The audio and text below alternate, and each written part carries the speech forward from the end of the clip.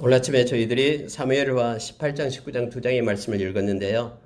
내용이 조금 길었습니다. 그러나 이렇게 이야기식으로 내용이 연결되기 때문에 읽으면서 그 막 생생하게 그러한 그 현장에 있는 것처럼 우리 머릿속에 그 내용들이 그려짐을 우리가 알게 됩니다. 이제 다윗이 승리를 하고 압살롬이 죽고 다윗이 다시 이제는 황궁하는 그런 내용으로 나타나고 있죠. 마치 이렇게 쫓겨났던 그리고 피난 갔던 다윗이 요단강을 건너서 다시 와서 왕으로 다시 세워지는 그런 모습을 보게 될 때 이 세상에 예수님께서 십자가에 죽으시고 떠난 후에 예수님께서 약속하셨듯이 다시 오실 것이다라고 요한복음 14장에서 우리에게 말씀해 주셨죠. 그의 나타나심을 사모하는 자들에게 하나님께서는 그 멸류관을 주시겠다라고 디모데후서 4장 8절에서 우리에게 말해주고 있죠. 이와 같이 주님이 다시 이 땅에 왕으로 오시는 그런 것들을 마음 가운데 우리가 생각해 봅니다. 사람들은 조롱하는 자들이 나타나서 마지막 때에 그렇게 말한다고 하죠. 주님의 강림이 그 플루시아가 어디 있느냐라고 말합니다. 하나님의 백성들 가운데서도 하나님의 나라가 임하고 또 우리 주님의 오심에 대해서 무감각하고 거기에 대해서 아무런 생각이 없이 살아가는 이들도 있습니다. 그러나 여러분, 우리가 이 세상에서 우리의 인생은 곧 끝납니다. 그리고 우리는 개인적인 종말을 맞으면 우리는 하나님 앞에 우리 주님 앞에 서게 되고 우리 주님을 만날 것입니다. 뿐만 아니라 또 하나님께서 우리 주님께서 또 우리가 살아있을 동안에 언제 오실지 우리는 모릅니다. 그러나 우리는 마라나타 주 예수여 오시옵소서 언제든지 주님을 환영하면서 기뻐하며 사모하는 마음을 우리 가운데 가지고 있어야 됨을 우리가 기억하기를 원합니다. 다윗 왕이 이제는 요단강을 건너서 다시 예루살렘으로 돌아올 때 그때 또 만나는 사람들이 있습니다. 그 전에 다윗이 마치 이제는 끝났다라고 그가 이렇게 패배해가지고 이제는 그 압살롬에 의해서 쫓겨가게 될 때 막 저주를 퍼부었던 그런 시므이도 만나게 되고요. 또 시바가 이렇게 무비보셋을 속여가지고 얘기했던 모든 결과도 또 나타나게 되고요. 그 순간에는 우리가 알지 못했던 또 다윗도 그랬을 거예요. 그 쫓겨가는 순간에는 무비보셋이 내가 왕자처럼 그를 내 상에서 먹겠는데 나이가 어떻게 이렇게 서운하게 할 수 있느냐 하면서 오해했던 것들도 궁극적으로 그 다윗이 돌아왔을 때 모든 것들이 다 풀려지는 것을 보게 됩니다. 여러분, 우리가 지금 이 세상을 살아갈 때 때로는 우리가 이해되지 못하는 일들이 또 너무나 많이 일어납니다. 그것들 때문에 때로는 상처 있고 마음에 또 소갈이를 하기도 하고 또 왜 하나님께서 우리를 사랑한다면 이렇게 행하실까라고 하면서 하나님을 향해 또 우리의 또 토설하는 그런 기도도 하기도 하고 이런 일들이 많이 일어납니다. 그러나 하나님은 좋으신 하나님이고 모든 일들은 하나님의 뜻 가운데 이루어짐을 우리는 기억하기를 원합니다. 우리가 고린도전서 13장 12절의 말씀처럼 우리가 우리 주님 만날 때 우리의 지식이 온전해져서 우리는 다 알게 될 겁니다. 이 세상에서 우리가 행했던 일들, 왜 하나님이 그렇게 했을까라고 물음표를 찍었던 그런 일들, 모든 것들이 하나님이 우리를 위하여 행하신 일들이다. 가장 아름답고 정귀한 일들이었다라고 우리는 기억하게 될 것입니다. 이렇게 다윗이 오게 됐을 때 드러나는 모든 일들이 나타났듯이 우리 주님 오실 때 우리는 명확하게 우리는 이 땅에서 주님이 행하신 역사하신 그 일들을 깨닫고 온전히 우리 주님만을 찬양하고 경배하는 때가 있을 것을 소망하고 기대합니다. 여러분 몇 가지를 보고요. 오늘은 빨리 끝내도록 하겠습니다. 여러분 18장 2절에 보면은 이제 군대를 정비를 합니다. 그래서 세 개의 군대로 나눠가지고 장군을 세우죠. 3분의 1은 요압, 그리고 3분의 1은 아비새, 3분의 1은 가드 사람 이때를 통해서 이제 군이 정비되고 이제 압살롬의 군대와 이제 싸우러 출전하는 내용이 나오고 있습니다. 그런데 출전하기 전에 다윗 왕이 그 세 명의 장군을 불러가지고 부탁을 합니다. 그 부탁이 뭐냐면 바로 5절에 나와 있는 거예요. 왕이 요압과 아비새와 이때에게 명령하여 이르되 나를 위하여 젊은 압살롬을 너그러이 대우하라 하니 왕이 압살롬을 위하여 모든 지휘관에게 명령할 때에 백성들이 다 들으니라 라고 말합니다. 특별히 왕이 너희들이 전쟁을 하게 될 때에 압살롬을 만나거든 그 죽이지 말라라는 거예요. 그를 여기서 너그러이 대우하라라는 것은 죽이지 말라라고 얘기합니다. 여러분 12절에 보니까 그렇게 되어 있어요. 누구든지 젊은 압살롬을 해하지 말라 하셨나이다. 그렇게 다윗 왕이 그렇게 명령했는데 왜 당신은 죽이라라고 명합니까? 라고 병사가 지금 말하고 있는 우리가 다 들었습니다. 그 압살롬을 향한 그 다윗의 마음을 우리는 압니다. 그래서 저는 그 말하면서요. 은천계를 준다고 해도 저는 죽이지 않겠습니다. 오히려 여러분 그 병사 한 명이요. 이 장관이었던 요압보다 더 나은 그런 모습을 보게 됩니다. 실제적으로 여러분 아마 주님 만날 때 이런 일들이 일어날 겁니다. 우리는 지금 어떤 사람 이런 사람은 다 귀에 들었던 익숙한 사람들이어서 저 사람은 신앙의 인물로 대단하다라고 말하는 일들이 많이 있죠. 믿음의 그런 선진들 모습들도 드러난 사람도 있고 그러나요. 드러나지 않는 사람이 훨씬 더 많이 있음을 보게 됩니다. 우리가 이걸 기억해야 됩니다. 그래서 하나님 나라에 가서는요. 다 다릅니다. 우리가 생각했던 것과는 완전히 다름을 우리가 알게 될 겁니다. 엘리야가 자기가 최고인 줄 알았습니다. 왜냐하면 그 아합 왕의 휘하에 있던 그러한 바알의 제사장들 그리고 아사랴의 제사장들 합해서 한 850명과 같이 갈멜산에서 그렇게 기도로 향하고 있잖아요. 자기는 혼자서요.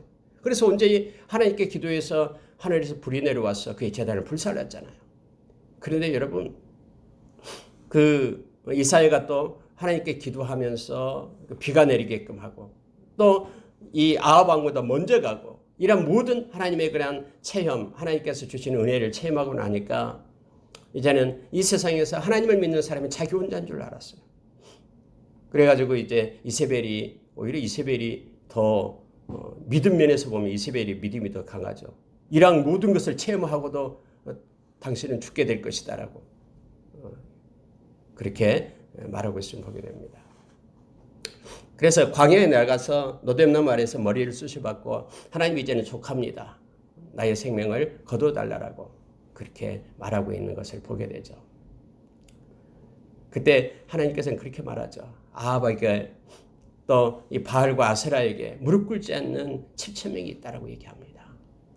눈에 보이지 않지만은 그러나 전혀 동요됨이 없이 하나님만을 섬기고 하나님만을 사랑하는 그런 7,000명이 있다라고 말하고 있는 것처럼요. 실제적으로 여러분 여기에 그 요압 장군보다도 한 병사가 그렇게 말씀을 따라 행하는 것들을 더 위대하게 나타나는 그런 성경 구절을 보게 됩니다. 우리 주님 만날 때는 다 이렇게 보이지 않는 것들이 드러나게 될 것을 저희들은 압니다. 하나님께서 세우진 자리에서 충성스럽게 말씀을 따라 살아가는 하나님의 백성들이 열방 곳곳에 있음을 우리는 기억합니다. 여러분 이렇게 해서 이제 전쟁에 나가는데요. 단지 이제 왕이 그런 자기의 마음을 전합니다. 그런데요. 성경은 이렇게 나오고 있죠. 이제 압살롬이 죽는 장면이 나오게 됩니다. 전쟁이 한참 심했습니다. 에브라임 숲풀 사이에서 그 일을 지금 행하고 있는 것이죠. 자, 9절에 보시기 바랍니다. 압살롬이 다윗의 부하들과 마주치니라. 압살롬이 노새를 탔는데 그 노새가 큰 상수리 나무 번성한 가지 아래로 지날 때에 압살롬의 머리가 그 상수리 나무에 걸림에 그가 공중과 그 땅 사이에 달리고 그가 탔던 노새는 그 아래로 빠져나간지라. 한 사람이 보고 요압에게 알려 이르되 내가 보니 압살롬이 상수리 나무에 달렸나이다 하니. 여러분 압살롬의 특징이 너무나 용모가 준수하고 잘생기고 머리가 너무나 잘 자라는 머리가 너무나 예쁜 그런 압살롬이었잖아요. 이 앞전에 우리가 봤듯이 1년에 그 머리카락을 자르는데 200세겔이 된다고 얘기했어요. 200세겔 그러면 한 세겔에 11.3g이 되기 때문에 엄청난 무게예요. 그런데 그렇게 사람들이 막 그 백성들의 마음을 훔치고 사람들이 그를 좋아하고 할 때에 그런 상징적인 것이 바로 머리카락이었죠. 근데 그것 때문에 오늘 그가 죽게 되는 장면이 나오고 있음을 보게 됩니다. 요압은 말합니다. 왜 당장 땅에 쳐서 떨어뜨리지 아니하였느냐. 그래서 내가 은 10개와 띠 하나를 만약에 그랬다면 주었으리라 하니까는 이 병사가 아까 얘기했던 왕께서 해하지 말라고 했습니다.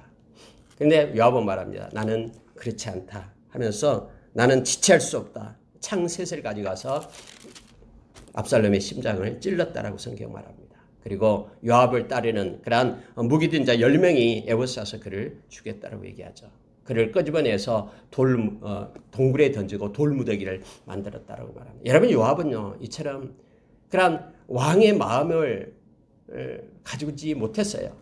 요압이 비록 왕 옆에 다윗 왕 옆에서 그렇게 군대 장관으로 있었지만은요. 그 다윗의 마음을 따라서 행하는 것이 아니라 요압은 자기의 마음 또 자기의 생각을 따라서 그렇게 계속해서 행해왔음을 말하고 있습니다. 결국 여러분요 이 요압은 다윗과 동행하지 못합니다. 이건 여러분 너무나 중요합니다. 비록 다윗의 곁에 있어서 다윗의 장군으로서 지금까지 일을 막 해오고 있지만은 자기가 행하는 모든 일은 다윗의 마음을 따라서 행하는 것이 아니라 자기 마음에 따라서 자기의 유익을 따라서 행해왔음을 알게 돼요. 여러분 이것은요 무서운 것을 깊게 생각하면 무서운 내용입니다. 우리가 여러분 예수님과 동행한다고 하지만요. 우리가 예수님의 마음을 가지고 동행하지 못할 때 우리는 우리의 마음을 가지고 예수님 곁에 따라가는 자로 우리가 서게 되죠. 그럼 끝까지 가지 못합니다. 왜냐하면 방향이 다르기 때문에요. 같은 마음을 가져야지만이 같은 방향으로 함께 끝까지 동행할 수가 있음을 알게 합니다. 예수님께서는 누가복음 9장 23절에서 그렇게 말했죠. 아무든지 나를 따라오거든. 그러니까 예수님을 따라오는 사람은 누구든지 한 명도 예외 없이 자기를 부인해라. 이 말은 자기 부인하라고 하면 자기의 목적과 자기의 뜻과 또 자기의 마음을 가지고 동행하지 말라라는 거예요. 주님의 마음을 가지고 주님의 뜻을 가지고 함께 가야 됨을 알게 합니다. 자기 십자가를 지고 이렇게 말해요. 자기 십자가를 진다라는 것은 생명 걸어라라는 거예요. 죽을 때까지. 그리고 나를 따를 것이니라 라고 우리에게 말해줍니다. 우리가 예수 그리스도의 마음을 갖기를 원합니다. 그리고 주님과 함께 평생 동행하는 자로 우리가 서기를 원합니다. 왜냐하면 예수님께서 이 땅에 오신 목적이 우리와 함께하기 위함이다라고 데살로니가전서 5장 10절에서 말해주고 있죠. 십자가의 죽음 이유도 우리와 함께하기 위함입니다. 그래서 여러분요, 이 요압은요, 성경 그렇게 우리에게 가르쳐주고 있어요. 다윗의 마음은 전혀 없습니다. 그렇게 압살롬에게 그걸 대우하라라고 너그럽게 해라라고 해하지 말라라고 그렇게 심신당부하고 부탁했는데 다윗의 마음하고는 아랑곳하지 않고 자기의 주장으로 그걸 죽입니다. 그건 나의 적이다 하면서 죽였음을 이렇게 사로잡을 수도 있잖아요. 그리고 데려올 수도 있잖아요. 전쟁에 이미 이겼는데요. 2만 명이나 압살롬의 군대는 죽었고요. 에브라임 숯불 가운데 그냥 붙잡아서 다윗에게로 데리고 올 수도 있잖아요. 다윗은 그것을 원했는데 그렇지 않았다라고 성경 말하고 있습니다. 여러분 18절에 보면은요. 성경이 이렇게 쭉 전쟁의 흐름을 얘기하다가 18절은 갑자기 이 내용이 나와요. 압살롬이 살았을 때에 자기를 위하여 한 비석을 마련하여 세웠으니 이는 그가 자기 이름을 전할 아들이 내게 없다고 말하였음이더라. 그러므로 자기 이름을 기념하여 그 비석에 이름을 붙였으며 그 비석이 왕의 골짜기에 있고 이제까지 그것을 압살롬의 기념비라 일컫더라. 갑자기 기념비가 여기에 나오고 있습니다. 전혀 이 내용과 전쟁 중에 있는 내용과는 전혀 상관없는 내용 같는데 딱 나와 있어요. 우리로 하여금 압살롬이 이제 죽고 나서 그의 기념비에 대해서 이렇게 생각하게끔 그렇게 합니다. 여러분 압살롬의 아들이 없었습니까? 있었어요. 앞에서 우리가 봤듯이요. 있었습니다. 근데 여기서는 없었다라는 것은요. 그의 아들들이 죽었다라는 거예요. 그래서 그의 아들들을 통해서 이어지지 않을 것을 생각하고 압살롬이 자기가 스스로 기념비를 세웠다라고 말합니다. 우리가 여러분 옆전에 사울 왕이 아말렉 전투에서 이기고 와서 자기의 기념비를 세우고 이렇게 나타나게 되죠. 사람들은 이상하게 이 땅에서 기념비를 세우려고 해요. 자기의 공적을 드러내고 막 이렇게 행하려고 합니다. 뭐 사울람도 그렇고 압살롬도 그렇습니다. 저와 여러분은 이 땅의 기념비가 아니라 하나님께서 기뻐하는 것으로 하나님은 다 기억하고 계시거든요. 하나님이 인정하신 것으로 사람을 위한 기념비가 아니라 하나님께서 기억하면 족하리 그러한 찬양처럼 우리가 이 땅에 우리의 뭔가를 이렇게 새기고 남기려고 하는 자가 아니라 하나님을 위하여 하나님의 나라를 기억하며 나가기를 원합니다. 만약에 이것은 굉장히 중요한 관점인데요. 이 땅에 뭔가를 우리가 새기려고 한다 그러면요, 우리의 모든 중심이 사람을 향하게 됩니다. 우리의 공적, 또 자기 자신을 높이고 행하는 자기의 의를 따라 살아가는 그런 방향이 돼버려요. 우리가 이 땅에서가 아니라 하나님 나라, 하나님을 만날 것을 기억하면서 우리가 나가야 됩니다. 그래야지만이 로마서 10장 2절에 나와 있는 말씀을 우리가 가지고 살아갈 수가 있습니다. 로마서 10장 2절에 보면 이거예요. 사람이 하나님의 의를 위하여 산다고 하지만 결국 보니까 자기의 의를 위하여 사는 거예요. 이 일을 행하는 것도 하나님의 영광이 아니라 자기를 높이기 위해서. 그래서 이 일을 행함으로 인하여 다른 사람이 알아주지 않으면 막 마음에 서운하고 그것 때문에 불평하고 이런 일들로 이루어지게 됩니다. 그러나 우리가 예수 그리스도의 이름으로 행하고 하나님이 기억하면 하나님께 영광 돌리면 사람이 뭐라고 얘기하든 그렇게 주님을 향하여 나갈 때는 하나님께 기념비를 세우고 나갈 때는 우리가 늘 하나님께 영광 돌릴 수 있는 삶을 살아갈 수 있습니다. 뒤돌아보아도 아무리 나에게 이러한 어려운 환경이 온다 해도 섭섭하거나 서운해하지 않고 하나님 앞에 우리가 서게 될 것이다. 이 리워드 이 상은 하나님이 주실 것이다 라고 기억하며 우리가 나가는 자가 되기를 원합니다. 갑자기 여러분 여기 압살롬이 죽었는데 그의 기념비가 여기서 기록해 놓고 우리는 이 땅에 기념비를 남기는 자가 아니라 하나님 앞에 섰을 때 하나님으로부터 칭찬받는 자가 되기를 원합니다.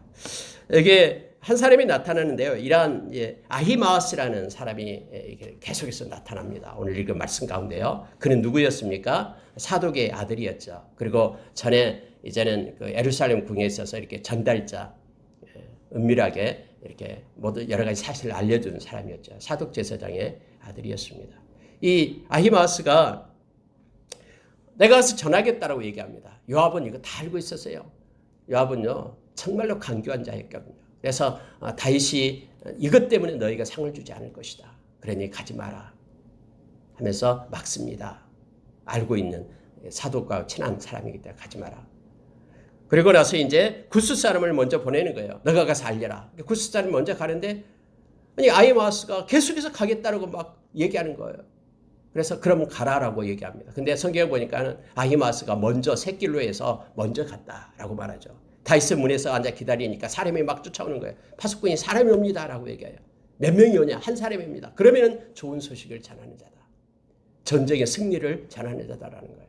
언제나 한 명이 이렇게 전령이 오게 될 때는 기쁜 소식을 전할 때 이렇게 한 사람이 먼저 옵니다. 그럼 만약에 전쟁에 패전했다 그러면은 한 사람이 오지 않아요. 다 패잔병이 이제 이렇게 오게 되는 것이죠. 그런데 먼저 아히마아스가 와서 뭘 전하냐면요. 전쟁의 승리를 전하는 거예요. 하나님께서 승리를 주셨습니다. 그러고 나서 이 다윗은요. 이 전쟁의 승리보다도 뭐가 있냐면은 바로 압살롬을 어쩌냐라는 거예요. 내 압살롬은 어떻게 되었냐라고 물을 때에 이 아히마아스는 그래도 지혜가 있죠. 제가 잘 모르겠습니다라고 대답을 합니다. 한 사람이 또 오니까 잠깐 너는 기다려라 해서 구스 사람한테 물었다니까 압살롬처럼 그 청년처럼 되기를 원합니다. 왕을 대적하는 모든 원수는 그 청년처럼 되기를 원합니다. 하니까 이미 죽었다라는 걸 알게 됩니다. 그리고 여러분 33절 보시기 바랍니다. 왕이 마음이 심히 아파 문 위쪽으로 올라가서 우니라. 그가 올라갈 때에 말하기를 내 아들 압살롬아 내 아들 압살롬아 차라리 내가 너를 대신하여 죽었다면 압살롬 내 아들아 하였더라. 여러분 왜 다윗은 이렇게 할까요? 자기를 죽이겠다라고 그렇게 나타난 그 압살롬이 죽었다고 하는데 왜 이 다윗은 막 울면서 가슴을 치면서 심히 아파할까요? 물론 여러분 부모의 마음과 자식의 마음이 다릅니다. 뿐만 아니라 여러분 이거보다도 더 깊은 게 있는데 뭐냐면요. 이 모든 결과가 다윗은 자기의 죄의 결과라는 것을 알고 있었기 때문에 그래요. 나의 죄값이다라는 거 알고 있었기 때문에 그렇잖아요. 왜 다윗은 자신을 대적한 압살롬의 죽음에 대해서 그토록 슬퍼했는가를 다음에 여러분 19장에서 계속해서 막 압살롬 하면서 가슴을 치는 것을 보게 됩니다. 차라리 내가 죽어야 되는데 이 말은요. 내가 죄를 지었기 때문에 그 죄책감 때문에 너가 지금 죽게 되었구나 라고 지금 말하고 있는 거예요. 내가 지은 죄의 값을 내가 받아서 내가 차라리 죽었더라면 너가 이런 일이 없었을 텐데 하면서 가슴을 치는 것입니다. 물론 자식들에 대한 그의 그 사랑하는 마음, 여린 마음을 다윗은 언제나 지녔어요. 그것뿐만 아니라 다윗은 자신이 과거에 지은 죄에 대한 깊은 그러한 죄책감 가운데 지금 있다라는 것을 보게 됩니다. 바세바를 범할 때부터 있었던 그러한 일들, 다윗은 이러한 죄스러운 그러한 심정을 가지고 있었다라는 것을 말씀을 통해서 우리가 보게 됩니다. 여러분, 우리가 죄를 지을 때요, 이 죄의 상처가 있게 됩니다. 그래서 이것이 하나님의 백성에도 우리가 회개하고 나가지만은요, 이것이 이 흉터가요, 죄의 흉터가 없어지지 않아요. 우리가 죽을 때까지 죄의 상처가 우리의 마음을 찌릅니다. 그래서 우리가 하나님이 그토록 싫어하는 우리가 죄를 멀리하고 떠나야 됩니다. 죄의 흔적을 볼 때마다 가슴이 아프잖아요. 지금 다윗은 나단 선지자로부터 들었던 그 모든 것들이 지금 펼쳐지고 있다라고 지금 생각하고 있는 거예요. 그렇게 실제적으로 하나님이 말씀하신 대로 지금 성취되고 있고요. 그래서 우리가 물론 죄성을 가진 인간이기 때문에요, 이 땅에서 죄가 하나도 없이 살 수는 없어요. 죄인이기 때문에 죄를 짓는 거예요. 우리는 죄인이기 때문에. 그러나 우리에게는 그 죄를 사할 수 있는 그런 예수님의 십자가의 보혈을 우리에게 주셨잖아요. 우리의 죄는 주님이 가져가고 주님의 의가 우리의 의가 되었다고. 그래서 우리가 하나님의 의가 되었다라고 고린도후서 5장 21절에서 우리에게 가르쳐 주잖아요. 그래서 늘 우리가 하나님께 회개하면서 우리 주님의 십자가 때문에 감사하고, 회개가 그래서 생명이 되고요. 그렇지만은 그 죄의 흉터는 언제나 있어요. 그걸 우리가 볼 때마다 하나님, 우리 주님께 우리가 감사하면서 나가는 자 되기를 원하고요. 죄를 미워하는 자가 되기를 원합니다. 계속해서 악한 자는 우리의 주변에 머물면서 우리를 죄의 자리에 앉게끔 끌고 가요.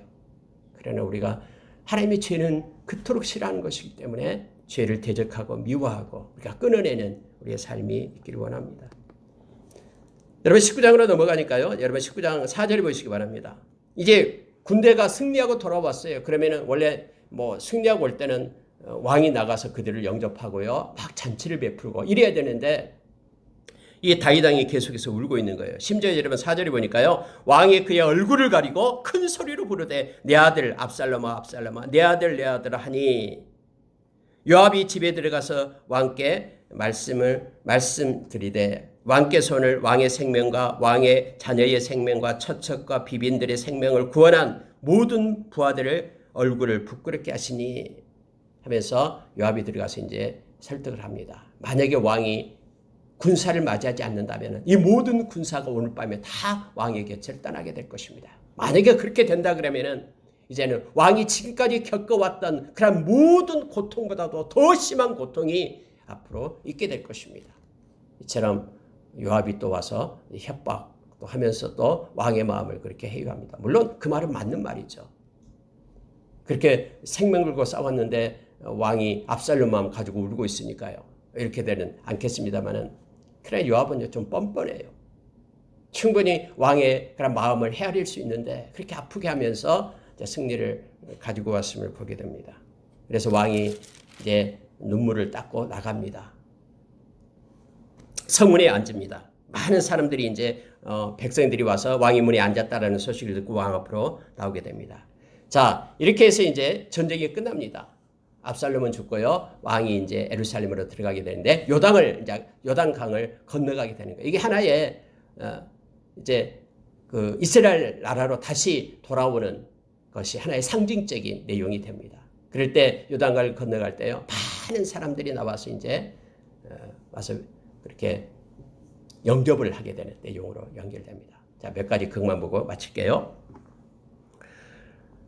이스라엘 사람들, 다른 이스라엘 지파, 10개 지파가 사람들이 모여서 막 변론합니다. 야, 우리가 다윗 왕을 다시 모셔와야 되지 않냐. 이런 소문이 막 다윗의 귀에 들려요. 그랬더니 다윗이 어디에 얘기를 하냐면은, 말하냐면은, 예루살렘에 지금 가 있는 사독과 아비아달 두 제사장에게 소식을 전합니다. 이스라엘, 북이스라엘, 그때도 역시 물론 통일 왕국입니다만은 이스라엘 지파가 나눠져 있습니다. 그러니까 에브라임 그람 지파를 중심으로 해서 북이스라엘 그쪽에 속한 지파들 10개 지파가 그때 있었습니다. 그들이 나를 모셔오려고 지금 하는 소식이 들리니까 유다 지파가 먼저 와서 나를 모셔가도록 그렇게 해라라고 왕이 전가를 보내고 있음을 보게 됩니다. 그래서 성경의 12절 한번 보시기 바랍니다. 너희는 내 형제요 내 권류기관을 너희가 어찌하여 왕을 도로 모셔오는 일이 나중에 되리요 하셨다 하고, 또 압살롬의 장군이었던 군대장이었던 아마사에게 말합니다. 너는 내 권류기니 네가 요압을 이어서 항상 내 앞에 지휘관이 되지 아니하면 하나님이 내게 벌 위에 벌을 내리시기를 바라노라. 이처럼요 다윗은요 잘 통합합니다. 이런 일을 잘해요. 그래서 여기에 있는 아마사도 이제 압살롬의 그런 장군이었기 때문에 그가 죽음을 당할 것이다라고 떨고 있었는데 그를 규합하고 있음을 보게 됩니다. 여러분 다윗이 오게 될 때 이제 가장 이제 먼저 만난 것이 시므이죠. 기회주의자.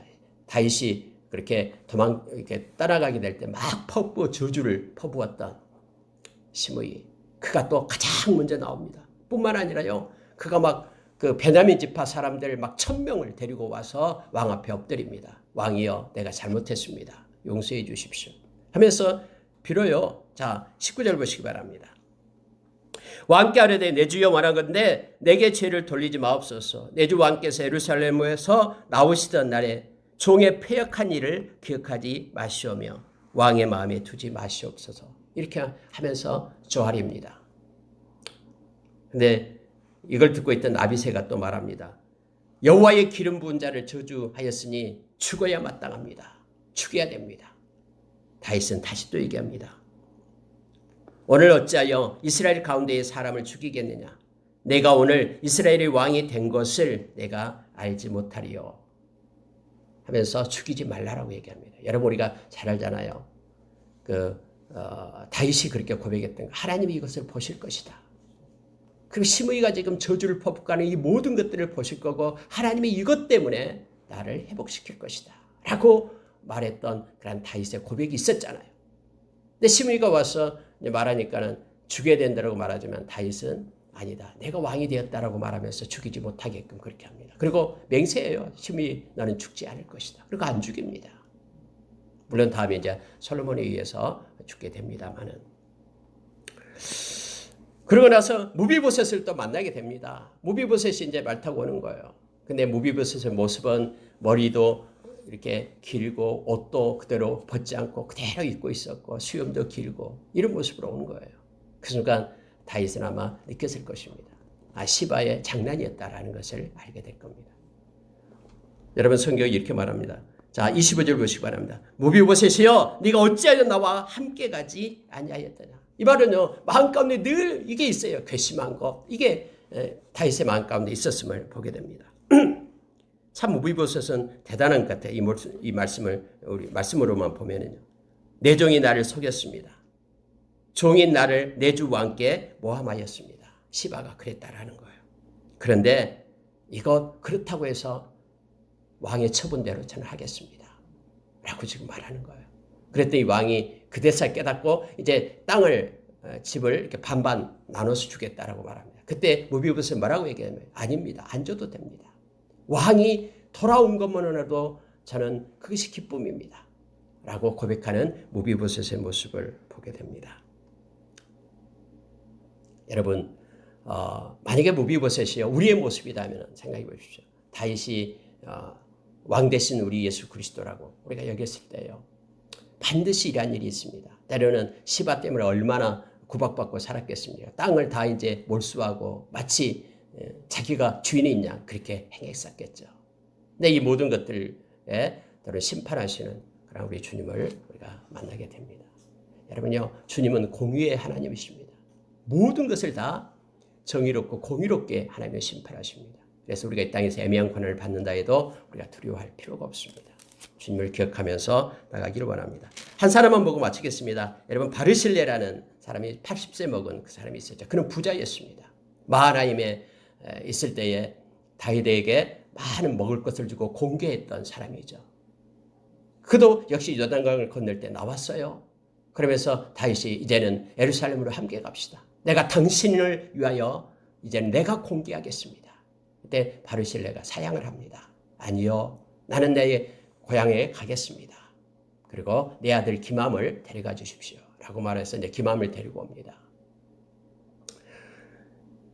힘들고 어려울 때 돕는 자, 그리고 그에게 사랑을 베푸는 자는요 잊혀지지 않습니다. 우리가 일단 이 세상에 살아갈 때에 주님의 긍휼과 또 주님의 자비를 가지고 그 옷을 입고 살아라라고 얘기하죠. 야고보서 1장에서는 너희가 경건한 자냐? 하나님 아버지 앞에서 더러움이 없는 경건은 환난 중에 고아와 가부를 돌보는 것이 더러움이 없는 경건이다라고요. 그리고 자기를 지켜 세속에 물들지 않게 하는 것이 경건이다라고 얘기합니다. 여러분 경건은 뭡니까? 유세베이야. 이 경건은요 하나님과 함께하는 사람이다라는 뜻이에요. 그래서 영어로는 가들리 이렇게 써요. 가들리. 하나님과 함께하는 사람이에요. 그럼 하나님과 함께한다는 사람은요 나타나는 게 있습니다. 뭐냐면 거룩입니다. 거룩이라는 것은 뭐냐면 하나님께 속한 자다라는 거고요. 그래서 어떤 순간에도 하나님께 속한 자이기 때문에 세상에서 자기를 지켜내는 거예요. 하나님의 사랑을. 또 하나는 뭐냐면 하나님의 마음을 가진 자예요. 하나님과 함께하기 때문에 하나님의 마음은 긍휼이에요. 그래서 환난 중에 과부와 가부를 돌보고 힘든 자, 어려운 자에게 하나님의 마음으로 이렇게 베푸는 것. 이것이 곧 경건이다라고 성경은 우리에게 가르쳐줍니다. 바르실레가 그랬거든요. 다윗을 도와서 그의 모든 재산을 가지고 공개를 했습니다.